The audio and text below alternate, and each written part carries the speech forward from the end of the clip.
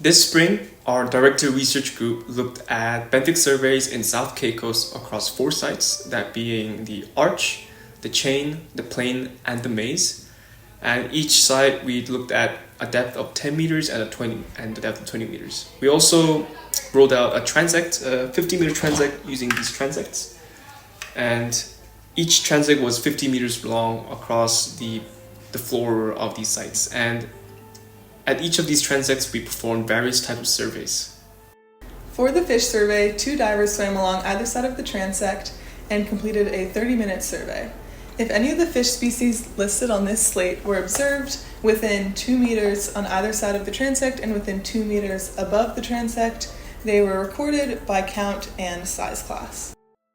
So for benthic composition analysis, 1 diver swam along the 50-meter transect. And using this camera, they took an image of the bottom at every meter. They aligned the foot of this PVC pipe against the bottom so that the camera was parallel, and they snapped an image that they were able to upload into CPCE later for analysis.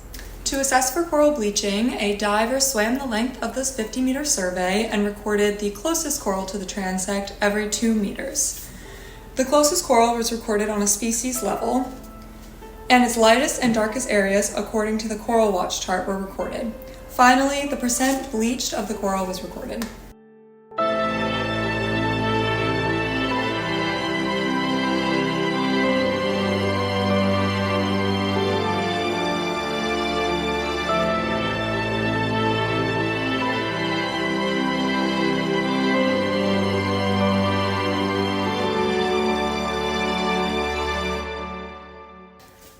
So for my question, I was really interested at looking at the difference in coral health between depths, 10 meters and 20 meters. And I ended up finding out that coral is actually a lot healthier at 20 meters.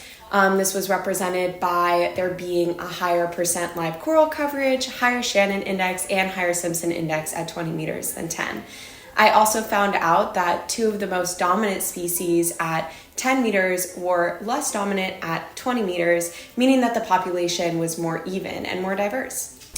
For my individual analysis, I looked at benthic composition changes in relationship to herbivore abundance over time.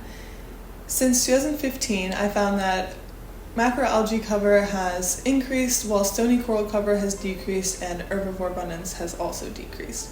Even though herbivorous fish usually eat algae, in sites with more macroalgae, less herbivores were found, which may be indicative of the beginning of a phase shift from a healthy reef to a macroalgae-dominated reef.